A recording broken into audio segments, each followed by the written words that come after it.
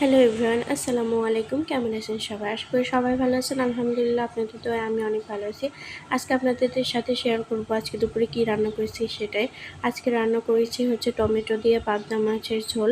তো চলুন রেসিপিটি শুরু করা যাক। প্রথমে কড়াইতে তেল দিয়ে পরিমাণ মতো পেঁয়াজ দিয়েছি। পেঁয়াজটাকে হালকা ভেজে বাটা মশলাগুলো দিয়ে লবণ, হলুদ, ঝালের গুঁড়া দিয়ে দিয়েছি। দিয়ে মশলাটাকে ভালো মতো কষিয়ে নিয়ে কেটে রাখা টমেটোগুলো দিয়ে দিয়েছি। টমেটোর সাথে মশলাটা ভালো করে কষিয়ে পরিমাণ মতো পানি দিয়েছি টমেটোগুলো সিদ্ধ হওয়ার জন্য। টমেটোটা প্রায় সিদ্ধ হয়ে এসেছে। এর মধ্যে দিয়ে দিব হচ্ছে ঝোলের পানি। ঝোলের পানিটা যখন টকবক করে ফুটতে থাকবে তখন দিয়ে দিব পাবদা মাছগুলো।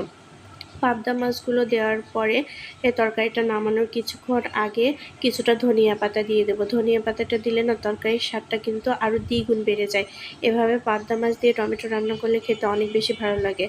ভিডিওটি ভালো লাগলে আমার চ্যানেলটিকে সাবস্ক্রাইব করে পাশে থাকবেন।